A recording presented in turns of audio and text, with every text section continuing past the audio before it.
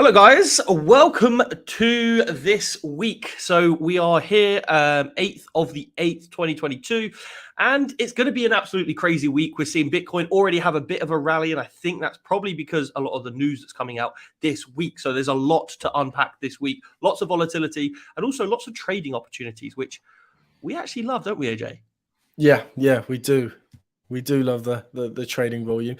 A lot of breakouts, that's good as well. That is it. Good time to get these entries in, and we've got some potential breakouts to show you today as well on the likes of Solana. So we'll be taking a look at that later on as well. And you know what I think we should do? Maybe we'll do it tomorrow. But we released at the weekend a video. If you haven't seen it, make sure you go back and watch it. And we released a video where we were outlining kind of where some of our entry points might be in possible take profits. So we will go through and kind of review those, because I know a lot of the positions we said to the upside actually have broken out, and obviously the whole crypto market has kind of benefited. Yeah, should we say? Yeah, it has. So there we go. Just going to start off, guys. Overall, what's the general market doing? Typically rising, but everyone is looking towards this inflation data coming off later this week. But Goldman Sachs and Morgan Stanley strategists see dimming profit outlook. And what I'll do is I'm going to do another video after this, guys, just to say exactly what it is we have for this week. And then also looking at maybe more of the traditional markets and kind of go through exactly what it is we can expect. So that'll be more of an in-depth, should we say, jump into this. But looking at crypto, it is going to be Wednesday, actually on Twitter. Let me bring up Twitter. I gave you guys all a quick overview, and again, if you haven't followed us, then what are you doing? You're not living correctly. But we put up this morning here here's the main kind of events. So HBAR on Tuesday, mainnet upgrade, CPI data from China, Germany, and the US, and then Ethereum, and then also that's the googly. I'm not even going to try that. GDP from the UK and consumer sentiment from the USA. So lots that kind of is going on this week. Last week, just want to review, not a great week for Bitcoin. We did have a bit of a rally, but again, there was lots of uncertainty because of that data that came out on Friday, which was the jobs report, and obviously came in crazy. It was insane, wasn't it, AJ? Like they were expecting 250K, and there was like 527K. Yeah, and we did see the market react to that as well. We did see a lot of volume in the market when that data came out, didn't we? Yeah, and so here we are, looking at what happened last week. So Bitcoin outflows, but it was actually money going into Ethereum, which obviously is very, very good news because of the merger. Yes. But there's not really too much volume, like it's not really a lot of millions. I want I want a lot more. I want more volume. But we're not seeing that, unfortunately. And I think one of the reasons, this is quite a good post that I saw earlier on today, was Coinbase Bitcoin order book is basically dead right now. So this is the region in which we have, most of the offers. And I think it kind of looks like the institutions, as you see here, set their bids and then went on vacation for the summer. So looking through here, they were just like, look, we don't want to be buying at this level. We're only going to be buying as we get further down. And we can kind of see this a little bit more clearly here. This is a volume bar. So this is obviously a lot more volume at these lower levels. Everyone's calling for that kind of 12K Bitcoin. But I don't know. AJ, you reckon we're gonna get there? For me, I don't see it. I don't see it coming down that low. Of course, there is a possibility, and it's something that we can't off the table, because on the technical side of things, we're still in that bearish flag. But for me, I do think we are quite bullish. Yes, I do think there's going to be a slight pullback in the coming days or coming weeks potentially, but not to 12,000. I don't think so. I know. I mean, where the most volume is, this is obviously where the institutions really want to be buying. Yeah. Is at that 10K mark, which is crazy. Yeah. They're just like there just is no volume. And these sort of these signs, do sort of indicate to us that that the price could go down to those levels, and it lines up with technical patterns as well. We'll see. Yeah. We do have a lot of support to hold us up, so let's hope we can hold that support, preventing us coming down to these levels. And even if we do come down to those levels, I'm not too bothered. It's just more buying opportunities for us, which is great personally. Yeah, it's just like, I mean, it's if anybody watching, obviously you're here where no one else is. Yeah, You're here in like where the search volume for crypto is down. So you're yeah, obviously going to be one of these people who are kind of accumulating at a very good stage, and also building up your knowledge so you can get another paycheck just while you wait for Bitcoin to yeah. go up. Because buying at these levels really is the best way to kind of, I believe anyway, begin kind of making your first, or even some more money in the Yeah. crypto space. And congratulations if you're still here. I Yeah, know if you a lot of people will have deleted the apps and walked away from crypto called it a and left it scam for a probably few at years. some point. Yeah, called it a scam and said it was Yeah. a hoax. But yeah, you're still here and you're still dollar cost averaging in, which is great. Yeah, it really is. It really is. And obviously, one of the major kind of topics that we're all talking about is the Ethereum merge. So Yeah. there was one opinion from Nansen's CEO. They actually do some really, really good reports. Alex, and again, it's another word I can't pronounce. I'm not really, my English isn't great, is it?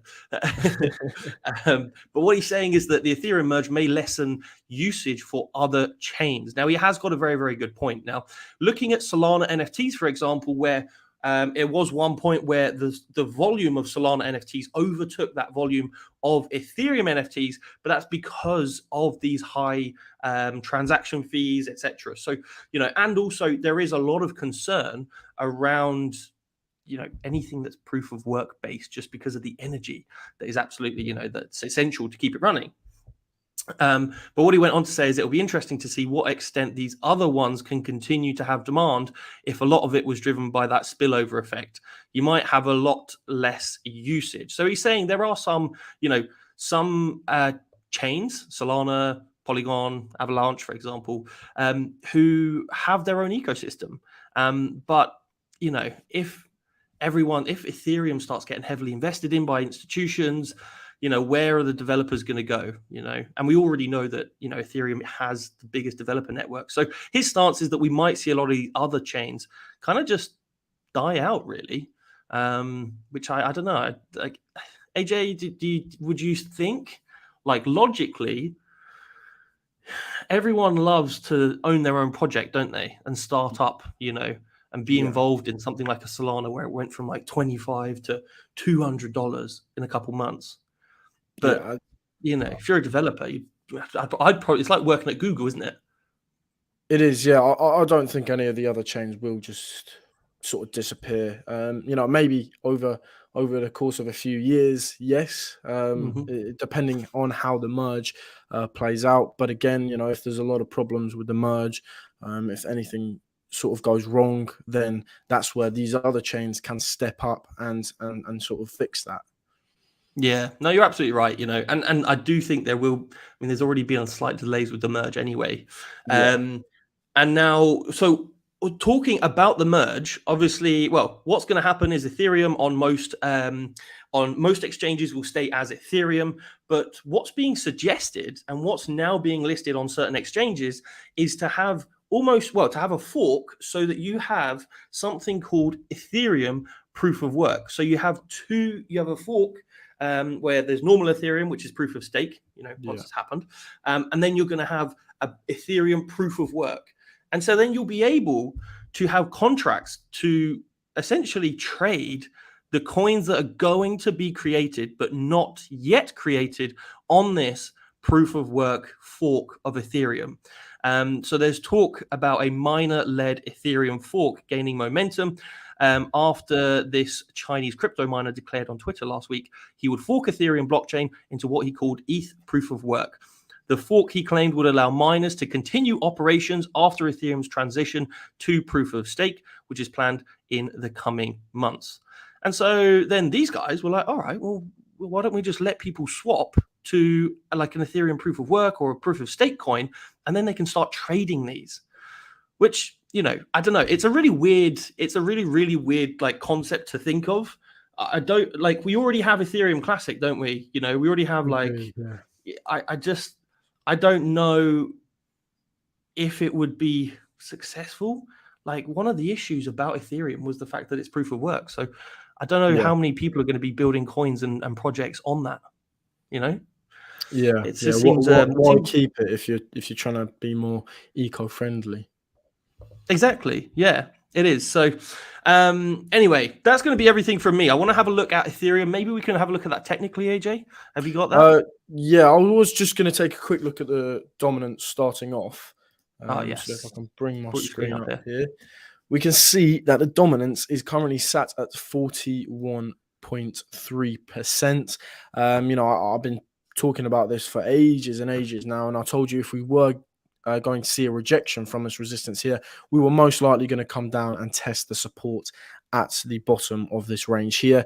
And it looks like we are going to come down and test the support. Now, if we break this support, I think, you know, that's going to be very, very bullish. Well, it will be very, very bullish for the likes of Ethereum and all the other altcoins, because we are going to break this major support level here. And the likelihood of it is that we could see the dominance decrease even more. Now, zooming out a little bit, we could take this as a sort of bearish flag on the weekly dominance chart, and you know, that could bring the dominance all the way down to sort of around 25%, which ultimately would be bullish for the altcoins and for Ethereum. And I would shift a portfolio into altcoins if we were going to break this support level here. So I will keep you updated on that, because this could be a massive trade, you know, shifting our portfolio from majority of it being in Bitcoin into altcoins. But we will see how that plays out, because we could find some nice support and then bounce back up to this resistance level here. We will just have to see how that plays out. But taking a look at Ethereum is looking very, very good at the moment, and we are breaking a major resistance level. So what we can see is these two white horizontal lines here. Now, this is sort of the resistance range that I'm looking at. We can see on the 6th of August, we got rejected from this level. As of right now, we are breaking above it. All the way back in July, the 29th of July, we did get a rejection from that level as well. But previously, you know, when we've been above it, we have used it as support. So we've used it as nice support twice here, and dating all the way back to 2021 as well. You know, we've used it as lovely support, and we've used it as resistance and support along here. So this is a major level, crucial level for Ethereum. And if we are to get above it, I do think that could be incredibly bullish, and we can continue to see this price action towards the upside for Ethereum. And I think if we break above this here and we do hold it, I do think we can come up to the $2,000 level. As of right now, it looks like we are going to break to the upside here. But just remember, you know, a lot can happen in 11 hours and 30 minutes. So we could see a rejection. Just got to be aware of that. But for now, it looks like we are going to break towards the upside. And if we do, I do think the next target for Ethereum is around that $2,000 level. Why do I think that? Because there is this resistance level along here. If I just show you back here, we can see that we have used this previously as resistance and a bit of support as well. You know, a bit of support here before we got that drop to the downside. Found nice support here, got rejected from this level again. So it is a very crucial level, and I do think if we break above here, we are going to see Ethereum back up at $2,000, which is incredibly bullish. And I will be taking this trade as well, just to let you know. Indicators are sort of in that oversold vicinity. The stochastic RSI still has room towards the upside though. But yeah, I do think this is going to be incredibly bullish. What I'll be looking for is a solid break to the upside here, then a little pullback maybe. It doesn't have to be a candle pullback. It can be a wick pullback, but I want to sort of get my entry between that $1,700 level and $1,740 level. That's where I'm looking to sort of enter. If we do get that wick potentially in tomorrow's daily candle down to that level, I will enter into that position and ride that all the way up to hopefully $2,000. Obviously, having that stop loss in place as well. Set at around 10%. I'm going to put that stop loss, and yeah, taking profits at $22,000. Only slight profits because I want to see if we can get above it. If we can get above it, I will see if we can continue to make profit on that. But if we do get a rejection, I will just pull out all the profits from that trade. So that's what I'm looking at for Ethereum right now. It's looking, if you ask me, it's looking pretty bullish for Ethereum. Just be aware though, we do have this this sort of, you could call it a channel or you can call it a rising wedge. The lines are sort of getting closer together up here. So technically it is a rising wedge. So we do just have to be aware of that as well, because that is a bearish pattern. And we will come into a bit of resistance up here. But that could sort of meet at the same point as the resistance at this horizontal white line as well. So we'll just have to see, but that is something just to be aware of. But yeah, I am incredibly bullish on Ethereum at this moment in time. Looking at the NASDAQ as well, we can see that we've actually broken above this major resistance level here. You can see previously major resistance here, major support as well. And if we can hold this previous resistance, which is now going to act as support, that is going to be very bullish for the NASDAQ. And I do think we could bounce and continue our way up to the sort of $15,200 level, where that next resistance is coming in. As you can see here, that is a price target for this falling wedge, which we did break to the upside of right here. So that's the next level sort of I'll be looking at for the NASDAQ. And if we do see that, that's going to be incredibly bullish for the crypto market as well. It's going to be bullish for Ethereum, and that's especially going to be bullish for Bitcoin as well. Bitcoin is looking very good at the moment. Looking at this 4-hour chart, we can see that we did break to the downside of this falling channel here. We tested it as support and we saw a nice bounce, and we are seeing the price get ever so close to that $24,500 price target at the top of this channel up here. And we have broken this other resistance level here, which you can see we've seen major rejections from this level previously, and used it as some support as well when we were above it. We are now above that level, which is great. We don't have any more resistance in play for Bitcoin, so hopefully we can come up to that $24,500 level, not far off it, as we are currently sat at $24,140. Looking at sort of the bigger picture, looking at the daily chart here, we are still in this this bearish flag, so we do just have to be aware of that. But there is going to be resistance around the $25,300, $400 level up here.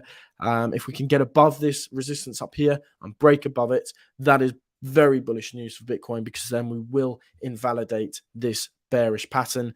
And remember, this bearish flag, if we do break towards the downside, we could come all the way down to around $12,000, lining up with what you were talking about earlier on in today's video, Ben, about sort of that $10,000 target that the institutions are sort of looking at buying a lot of crypto, a lot of Bitcoin at those levels. So yeah, this is going to be a very critical level. Once we get to it, we want to break above it to invalidate this target and invalidate that $10,000, $12,000 Bitcoin. But it's looking good for Bitcoin at this moment in time. We've got this pattern here as well on the daily. Hopefully we can break towards the upside of this rising wedge. It is technically a bearish pattern, but hopefully we can break towards the upside. There is one more chart that I wanted to show you, which was, I think it was, if I can find it, this one here. So we have the descending broadening wedge on the daily chart here. This is a very, very bullish pattern.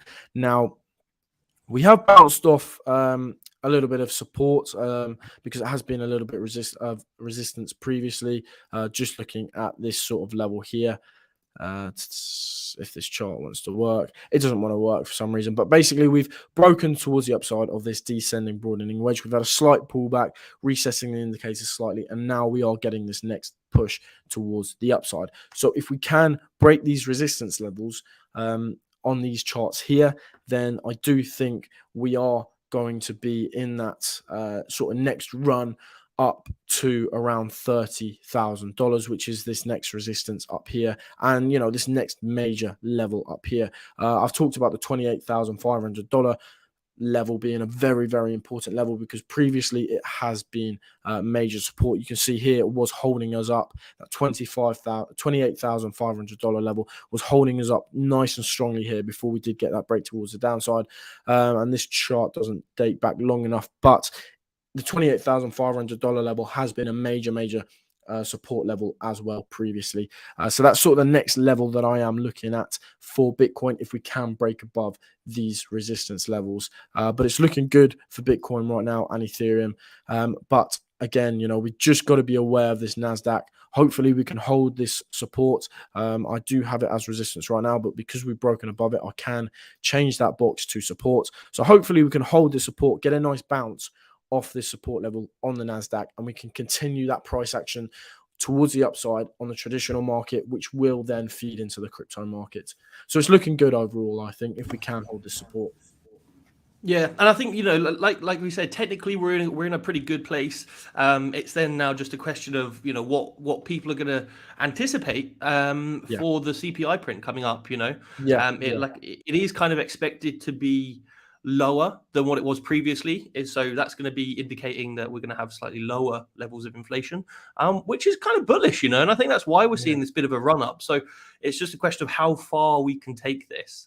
And I think I'm going to cover this in the video I'll release a little bit later, but we'll kind of focus on it might be good for maybe more retail guys because CPI will be down, but core inflation might in fact go up. And I'll talk about how that will affect everything and the markets coming up later on today. So yeah, technically we're in a pretty good place. Fundamentally, we are still kind of in a good place. So, I feel pretty good. It's just there, like you said, we need to be breaking above these levels. Yeah, we need to get above these resistance levels, invalidating those lower price targets that we do have.